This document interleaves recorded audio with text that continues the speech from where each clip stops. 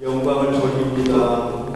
하나님, 우리를 이 시간 성령님께서 이끌어주시고 마지막 예배 순서까지 온전하게 하나님 앞에 잘 드릴 수 있게 하시고, 그리고 오늘도 이제 말씀을 주시기를 원하시는 종을 도구로 쓰셔서 하나님 말씀 선포되게 하시고, 우리가 오늘도 기도드릴 때 하나님 이 무더운 날씨보다 더 뜨거운 열기로 하나님 앞에 열정으로 기도드릴 수 있게 하여 주시옵소서.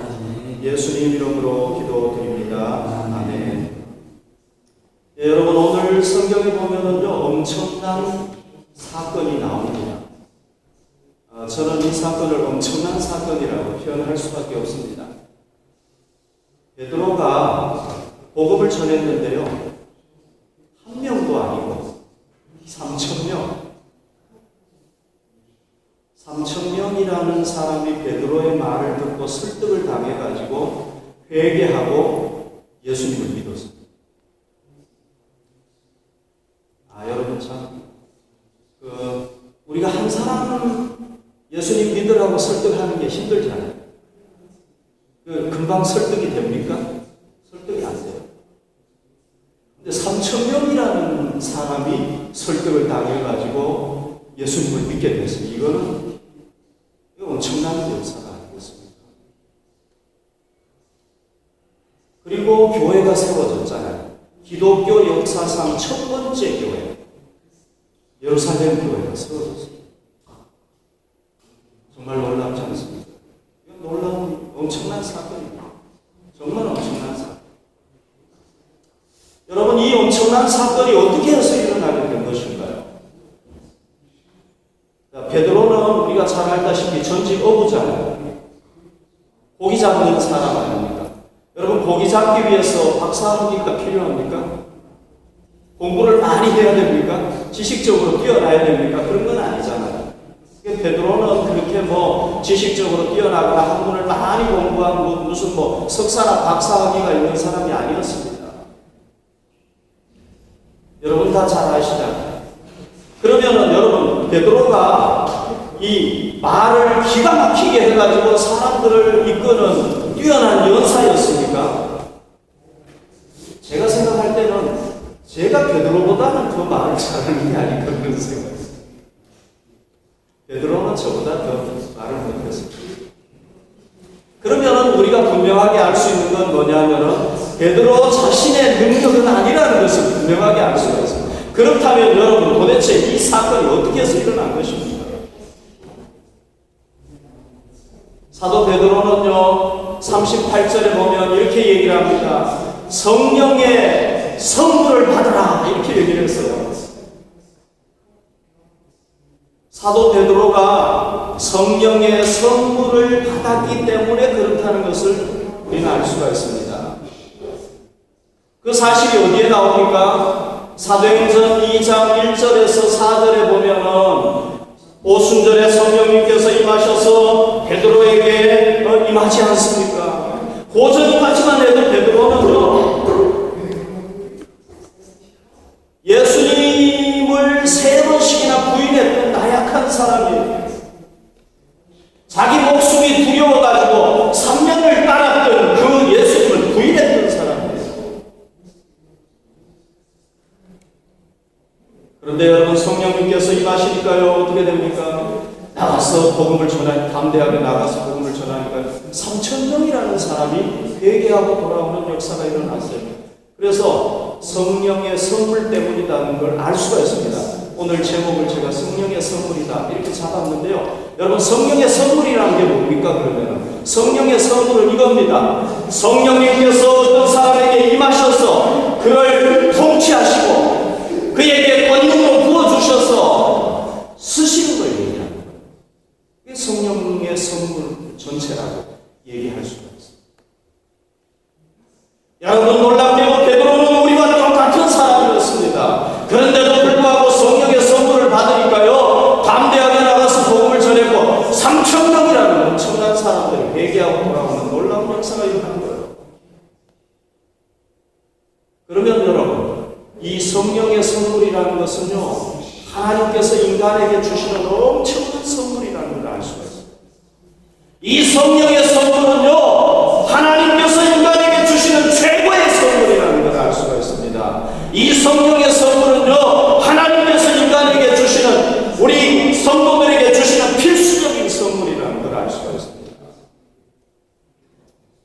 그러므로 이 시대에 저와 여러분들도 하나님께서 우리에게 주시는 이 최고의 선물 중에서 가장 귀한 선물, 이것을 우리가 받아야 될 줄 믿습니다.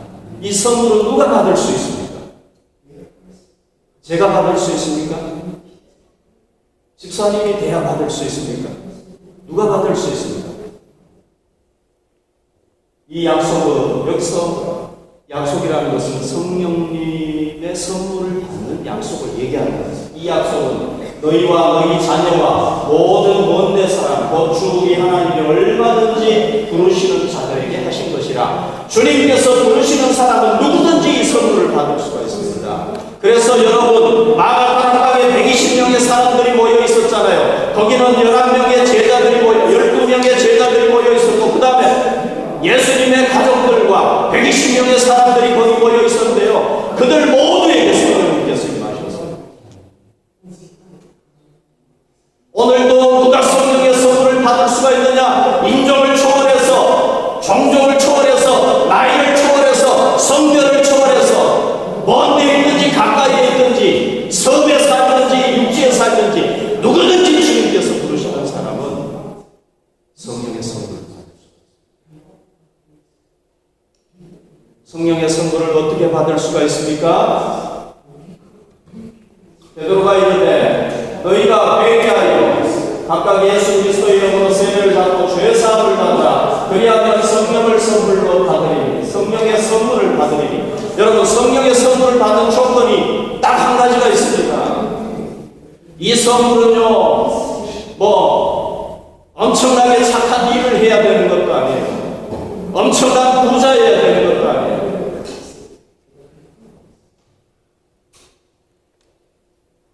엄청난 명예와 권세가 있어야 되는 것도 아니에요. 어떤 사람이 받느냐? 그 사람이 감옥에 있든지 감옥 밖에 있든지 그 사람이 어떤 사람이든지 관계가 없어요. 죄사함을 받으면 성령님을 선물로 받을 수가 있어요. 죄사함을 어떻게 받을 수 있습니까? 여기 보면 죄사함 받는 방법이 나오고 있습니다. 하지 마십시오. 회개하라, 이렇게 얘기하고 있죠. 너희가 회개하여서 각각 예수 그리스도의 이름으로 세례를 받으면 죄사함을 받고 성령을 선물받는다. 자, 여러분, 죄사함 받는 방법이 뭡니까? 내가 죄인이라는 걸 인정. 나는 하나님의 자녀로 살아야 되는데 하나님의 자녀로 살지 못했구나 깨닫고, 그 다음에 회개하는. 회개라는 것은 메타노이아라는 말을 했죠. 방향을 바꾸는 거예요. 하나님과 반대되는 방향으로 살아가는 것을 바꿔가지고 이제 하나님을 위해서 살아가는 거예요. 그리고 하나님께서 우리를 죄사함 받고 구원하기 위해서 그 아들 예수 그리스도를 구세주로, 아워 세이비어로 보내주셨다는 걸 믿어요. 믿고 그분을 나의 구세주로 영접하고, 그 다음에 영접받아 했다는 표시로 우리가 세례를 받게 될 때, 그때 죄사함 받게 되고 성령을 선물로. 여러분, 이 성령의 선물은요, 정말 기가 막힌 선물입니다. 놀라운 선물입니다. 우리가 꼭 받아야 될 선물입니다. 하나님께서 우리에게 주시는 엄청난 선물입니다. 자, 여러분, 이 선물을 아직도 내가 죄사함 받지 못하고 예수님을 나의 구주로 영접하지 못해서 받지 못한 분들은 지금 영접하시기 바랍니다. 지금 여러분들의 마음을 여시고, 주님, 나의 주님, 예수님을 나의 구주로 영접하세요. 내가 이제 주님을 주인으로 모시고 구세주로 모시고 살겠습니다. 여러분들이 하나님 앞에 결단하십니다. 그리고 이제부터는 진정으로 하나님과 함께 살아가시는 거예요. 그러면은 여러분들은 이 성령의 선물을 받을 수가 있습니다. 여러분, 우리가 진정으로 예수님을 구주로 영접하고 내가 이제 그리스도인으로서 하나님의 자녀로 살아간다면 여러분들은 이미 성령의 선물을 받았다는 것을 믿으시기 바랍니다. 제가 지난번 초계 때문에 미국에 갔었잖아요. 저희 그 천안 가정이 지금 사업적으로 너무 어려운 가운데 있어요. 그래서 금식하면서 기도하고 있는데 꼭 좀 그 방문해 달라는 요청도 있고 또 해야 될 것 같아서 저희가 방문을 했는데요. 그때 나이 드신 여자 전도사님을 한번 만났어요. 거의 80이 다 돼가시는 전도사님이신데요. 이분이 지금 어려움 당하고 사업적으로 어려움 당하고 있는 저희 청학을 위해서 기도해 주시고 도와주시는 참 고마운 분이에요. 그래서 제가 저는 알지도 못하고 얼굴도 보지도 못하고 처음 들었어요. 가서 처음 들었는데 그분을 좀 만나봤으면 좋겠다는 그런 마음이 막 생기는 거예요. 그래서 좀 만나봤으면 좋겠다. 그랬더니 약속이 잡혔어요. 그래서 만났는데요. 그분이 이런 얘기를 하는 거예요. 그분도 나를 꼭 좀 만나게 해달라고 기도를 했대요. 그러니까 성령님께서 내 마음에 그런 걸 주신 거죠. 그리고 이제 약속 날짜를 제가 원하는 날짜에 잡을 수밖에 없어요. 왜? 저는 시간이 없으니까. 그래서 그때밖에 안 됩니다. 그때 혹시 만날 수 있습니까? 하고 약속을 했는데요. 그때 만났어요. 만났는데 그분 얘기가 뭐냐면 원래 그 시간에 병원 어포인먼트가 잡혀 있었대요. 신기하게도 하나님의 역사적으로 그게 딱 캔슬이 됐어요. 그래서 만났대요. 그래서 우리 둘이가 똑같이 고백하기를 성령님께서 우리를 만나게 하셨는데 고백을 했어요. 그분의 간증을 식사하면서 듣는데요. 제가 이 짧은 시간에 그분의 간증을 다 할 수는 없지만 이제 한 3가지 정도만 말씀을 드리면 첫 번째는요. 그분은 항상 전도지를 가지고 다니는데요. 어디에 가든지 아무튼 복음을 전해요. 그래서 제가 참 전도에 대한 도전을 많이 받았어요. 전도지도 보니까 한 6종류 정도 영어로 이렇게 프린트해가지고 가지고 다니는데 제가 가지고 왔어요. 가지고 다니는데요. 큰 상가에 가서도 복음 전하고 그냥 어디 가든지 아무튼 복음을 전하는데요. 하나님께서 어떤 때는요. 제가 다 일일이 다 말씀드릴 수 없고 어떤 때는 자기가 이렇게 전도지를 들고 거리에 서 있으면 어떤 사람이 와가지고 이게 뭐냐고 그리고 물어보고 전도지를 받아요. 그래서 복음을 전하고요. 그 다음에 이제 이분이 평안도 출신이에요. 6.25 전쟁 때 내려오셔가지고 이제 한 60년대 후반인가 70년대 중에 미국으로 꽤 일찍 건너가신 분이에요. 건너가셔가지고 이제 이분이 미국 회사에서 일을 했는데요. 어떤 회사냐면 이 회사는 인류 역사상 처음으로 여성들의 유방암 치료 약을 만드는 회사예요.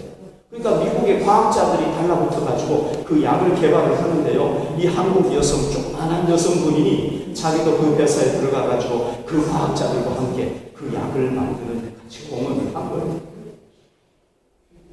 근데 이제 1년에 한 번씩 이분이 거라지 세일을 해가지고 북한을 돕고 있었어요. 돕고 있는데 하나님께서 놀랍게도요. 이 연약한 한국 여자분을 쓰셨는데 어떻게 쓰셨냐면 그 회사를 움직여 주셔가지고 북한을 돕게 하고요. 그 다음에 스위스 다른 이런 유럽의 나라들, 세계 여러 나라들, 그 다음에 미국의 국회의원들이 함께 동참을 해가지고 도와가지고 북한을 많이 도왔대요. 그러면서 그렇게 고백을 하더라고요. 나 같은 사람이 어떻게 그런 일을 할 수 있었는지. 그리고 간증이 끝도 없고. 지금도 1년에 한 번씩 거라지 세일을 해가지고 북한을 돕는데 나이도 들고 힘들어서 못할 것 같은데 그래도 안 하면은 또 하나님께서 자꾸 하게 하셔가지고 이상하게 이렇게 사람들을 또 붙이고 하셔가지고 또 하게 하고 그런. 그리고 이제 은퇴를 하고 난 뒤에는요, 자기가 주님을 위해서 헌신해야 되겠다고 해가지고 신학교에 들어가서 신학을 공부하고 지금 전도사님으로 지금 기도하고 주를 위해서 헌신하고 봉사하고 있더라고요. 그래서 참 그분의 인생을 보면서 감동을 많이 받았어요. 자, 여러분, 그분이 어떻게 그렇게 쓰임받는지 아십니까? 이런 간증을 하더라고요. 이분이 어느 날 그 교회에 기도에 참여를 했는데요. 그날 목사님께서 안수 기도를 막 하신 거예요. 그래서 이제 자기도 안수 기도를 받는데 목사님으로부터 안수 기도를 받는데 급하고 강한 바람 같은 소리가 여러분, 급하고 강한 바람 같은 소리는 어디서 나는 소리입니까? 사도행전 2장 1절에서 4절에 나온 그 소리 아닙니까? 그래서 제가 너무 놀래가지고 정말 놀랍네요. 저는 성령님께서 불로 임하셨는데 전도사님께는 바람으로 임하셨네요. 그렇게 보여요. 그런데 그리고 난 뒤부터 그때부터 하나님께서 그분을 그렇게 놀랍게 쓰시기 시작하신 거예요. 그래서 제가 깨달은 게 두 가지가 있습니다. 다시 한번 확신한 게 뭐냐면은 사도행전 2장의 사건은 지금도 계속해서 일어나는 사건입니다. 그때 사건이 아니라는 거예요. 근데 이례적으로 끝나는 사건이 아니라.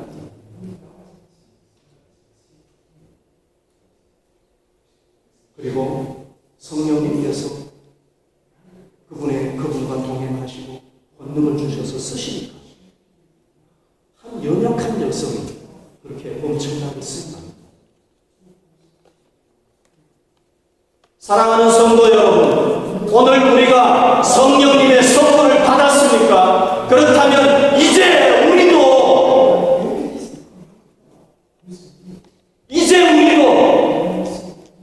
참 그리스도인으로서 주님의 살아계심을 드러내고 예수 그리스도의 부활의 주인이 되어서 영혼을 하나님 앞으로 인도하는 일에 우리가 쓰임받아야 됩니다. 하나님의 역사에 쓰임받고 하나님의 나라를 회복하는 데 우리가 쓰임받아야 될 줄 믿습니다. 어떻게 우리가 쓰임받을 수가 있습니까? 여러분, 우리가 쓰임받기 위해서는 오순절 성령 강림의 그 사건이 우리 삶에 지금도 계속해서 일어나야 되는 것입니다. 그럴 때 우리가 쓰임받게 되는 것입니다. 여러분, 우리가 그 사건은 2000년 전에 일어났던 사건이다 라고는 관계없는 사건이다 생각하면 안 됩니다. 지금도 성령님께서는 여전히 주의 사람들에게 함께 하시고 하나님의 사람들에게 함께 하시고 성령님의 권능을 부어주시고 그래서 우리를 사용해 하십니다. 우리가 그걸 믿어야 됩니다. 120명에게 성령님의 권능을 부어주셔서 그들을 쓰셨듯이 오늘 우리를 쓰신다는 것을 우리가 믿어야 됩니다. 그리고 우리가 성령님의 온전한 통치를 받고 성령님께 붙잡혀야 돼요. 성령님의 권능으로 출발해야 돼요. 사도 바울은 이렇게 얘기했어요. 술 취하지 말라 이는 방탕한 것이 오직 성령으로 충만함을 받으라. 여러분, 성령으로 충만함을 받으라는 이 말은 현재 진행형이라는 걸 잘 알고 있지 않습니까? 사도 바울은 성령 충만이라는 것은 성령님께서 우리에게 임하신 후에 우리를 온전히 통치하시고 우리에게 성령님의 권능을 부어주셔서 우리를 사용하시는 걸 얘기합니다. 그 성령 충만은 이래로 끝나는 게 아니라는 겁니다. 오늘도 충만해야 되고 내일도 충만해야 되고 계속 충만해야 됩니다. 누가? 하나님의 사람들, 예수 그리스도의 사람들, 성령님의 선물을 받은 사람들, 성령님께서 임하신 사람들 계속해서 성령 충만해야 된다는 거예요. 그렇게 할 때 우리도 베드로처럼 쓰임받을 수가 있는 것입니다. 사랑하는 성도 여러분, 우리가 우리 자신을 날마다 성령님께서 통치하도록 우리 자신을 내어드려야 돼요. 성령 오늘도 나를 통치해 주시고 내 일생 통치해 주시고 우리가 기도해야 됩니다. 그리고 성령님의 권능으로 충만하도록 성령님의 권능으로 나에게 충만하게 하셔서 오늘도 내가 성령님의 도구로 쓰임받게 해주십시오. 주님의 도구로 쓰임받게 해주십시오. 우리가 기도해야 됩니다. 그것은 우리 일생의 과제입니다. 우리가 그리스도인으로 이 땅에 살아가는 한 우리가 해야 되는 것입니다. 그렇게 할 때 우리도 쓰임받을 수가 있습니다. 그래서 우리 모두 성령 충만해서 하나님 앞에 쓰임받을 수 있기를 원합니다. 아멘. 여러분, 초대교회의 신앙생활 현장으로 한번 가보십시오. 초대교회가 어떻게 신앙생활했는지 한번 가보십시오. 기독교 역사가 2000년이 지나가지 않았습니까? 이 2000년 기간 동안에 이 지구상에 세워진 모든 교회가, 이 초대 예루살렘 교회는 모든 교회의 모델이 되는 교회다, 본이 되는 교회라는 데 동의하는데 그거보다 사람은 아무도 없습니다. 그 정도로 이 교회는 정말 역사상 세워진 교회 중에 본이 되고 모델이 되고 아름다운 교회라고 할 수 있습니다. 그래서 이 교회는 오늘 우리 교회의 모델도 되고 우리 교회가 세운 4가지 사명의 모델도 바로 이 교회입니다. 자, 이 교회가 어떻게 신앙생활을 했는지 한번 보십시오. 여러분 여기 보십시오. 이 교회는요, 주께서 구원받은 사람을 날마다 더하게 하시는 교회였습니다. 여러분, 날마다 구원받는 사람들이 늘어나는 교회였어요. 이게 가능합니까? 날마다 구원받는 사람들이 교회를 찾아오는 게 가능합니까? 날마다 구원받는 사람.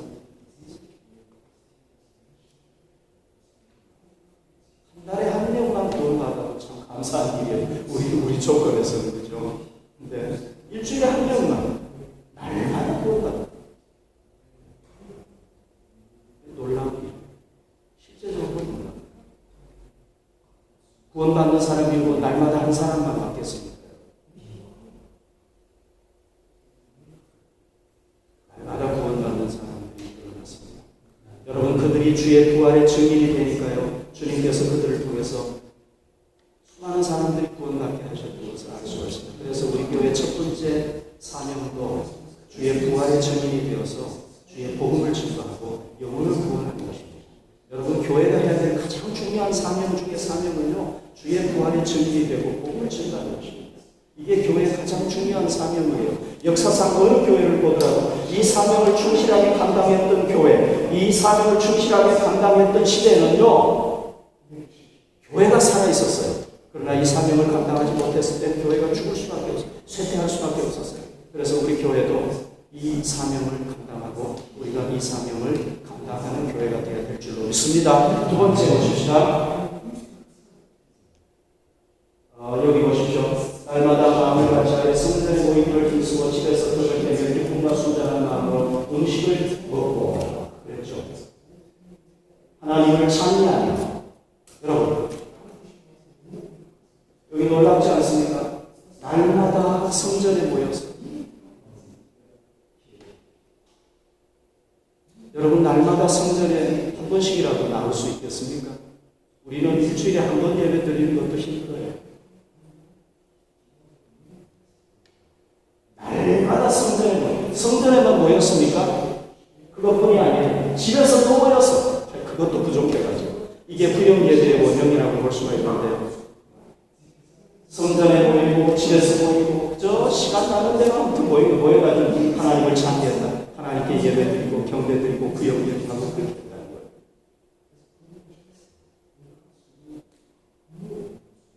그래서 여러분, 우리 교회가 해야 될 두 번째 사명이 뭡니까?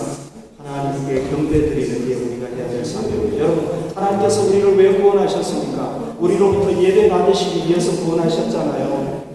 우리가 전에는 하나님이 아닌 것을 예배를 했어요. 우상을 예배했어요. 참 하나님을 예배하지 못했어요. 그런데 하나님께서 우리를 이제 구원하셔서 참 하나님을 발견하게 하시고 깨닫게 하시고 알게 하셔서 참 하나님을 예배하게 하셨단 말이죠. 그러니까 우리는 이제 인생 남은 생에 또 뭐 해야 됩니까? 하나님께 예배드려야 돼요. 여러분, 우리가 날마다 못 모여요. 우리 교회 사용도 못해서 못 모여요. 네.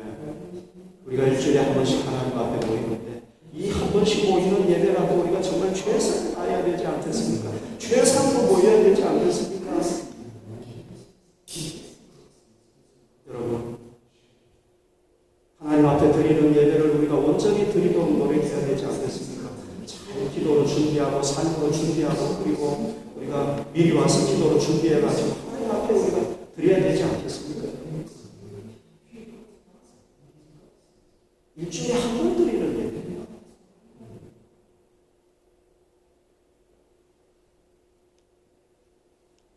우리가 하나님 앞에 잘 예배 드리도록 힘써야 될 줄 믿습니다. 그다음 세 번째는요,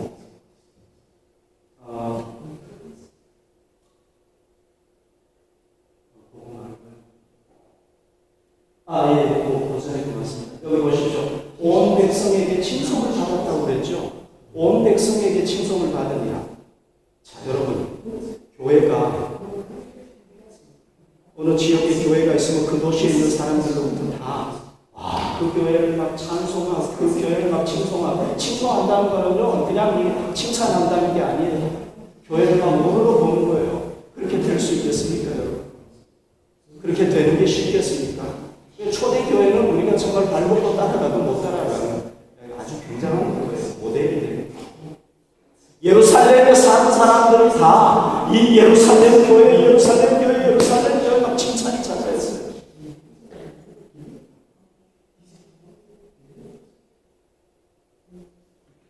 그러니까 어떻게 해서 이렇게 가능했겠습니까? 교인들 한 사람 한 사람이 참 그리스도인 제자가 됐다니. 그랬기 때문에 가능한 거예요. 그리스도인들이 밖에 나가서 엉망으로 살아보십시오. 교회 칭찬을 하겠습니까? 참 제자로서 살아가니까 그렇게 된 거 아닙니까? 그래서 예루살렘 교회는 참 그리스도인 제자를 세우는 교회였습니다. 우리도 참 제자를 세우는 교회가 되기를 원합니다. 주님께서는 이렇게 말씀하셨습니다. 그러므로 너희는 가서 모든 민족을 제자로 삼아 아버지와 아들과 성령의 이름으로 세례를 베풀고, 그 다음 말씀, 내가 너희에게 공부하도록 것을 가르쳐 지키게 하라. 볼지어다 내가 세상 끝날까지 너희와 항상 함께 있으리라 하십니다. 주님께서 참 그리스도인을 세우고 참 제자를 세우라고 명령하셨어요. 그래서 우리는 그 일에 쓰임 받아야 될 줄로 믿습니다. 우리 자신이 진정한 그리스도인의 제자가 되도록 노력하고, 우리 교회가 비록 숫자가 얼마 안 되지만 그러나 한 사람 한 사람이 그런 사람들로 세워질 수 있도록 우리가 함께 노력하십시다. 자, 네 번째, 이 교회는요, 있는 사람이 가운데 있어 모든 물건을 서로 통용하고, 이것도 우리가 참 못하는 일이에요. 네 물건 내 물건이 없었어요. 그냥 공동으로 다 내놓고 같이 쓰니까요. 야, 참. 가난한 사람도 없어지고. 참, 얼마나 기가 막힌 교회입니까? 그 다음에 보십시오. 또 재산과 소유를 따라 각 사람의 필요를 따라 나눠주는.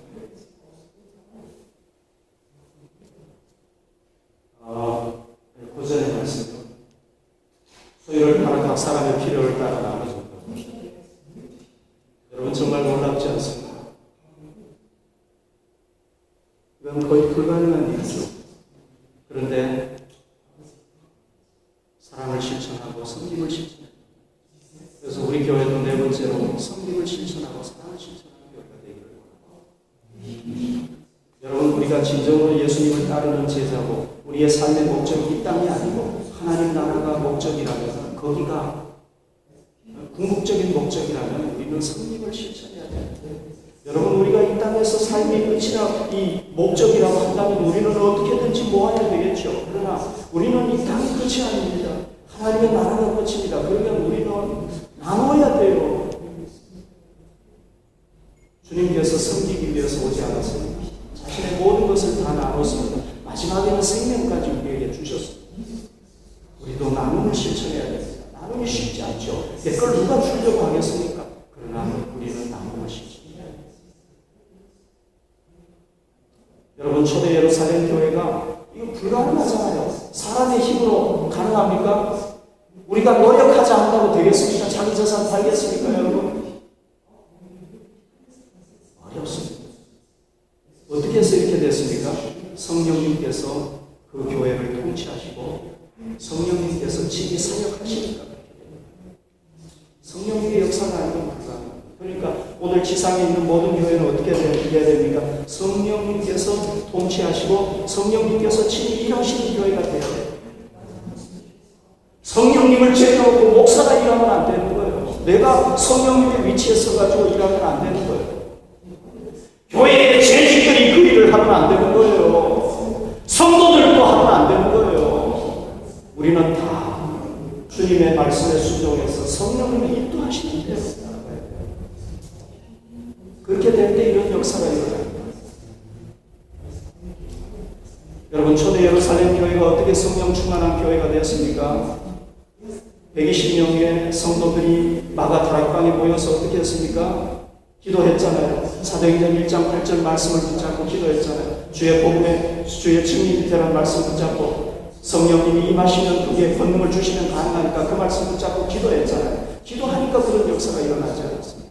그래서 우리 교회표 성령 충만 주의 증인, 물론 주의 증인 뒤에는 또 세 가지가 더 있지만은 우리 교회의 표로 잡고 그걸 위해서 기도하는 겁니다. 여러분, 이렇게 모인 성도들이 또 어떻게 했습니까? 보십시오. 사도들의 가르침을 받았다. 사도들이 뭘 가르쳤겠습니까? 야, 나를 위해서 나 잘 따라 이렇게 얘기했겠습니까? 우리는 주님의 부활의 증인이 되어야 된다. 우리는 복음 전해야 된다. 하나님 나라 확장해야 된다. 여러분, 성경 전체를 요약하면은요, 주의 증인 되는 거예요. 이걸 가르쳤을 거 아닙니까? 그 다음에 오로지 기도하기를 힘씁니다. 오로지 기도했다는 게 뭐예요? 마가다락방에서 기도했듯이 그들이 또 계속해서 그렇게 기도했다는 거예요. 그죠? They continue steadfastly. 계속 기도한 거예요. 초대 예루살렘 교회가 모여가지고 또 뭘 기도했겠습니까? 성령 충만하도록 기도했을 것이고 주의 복음 증거하도록 기도했으니까 그런 역사가 나타났을 거 아닙니까?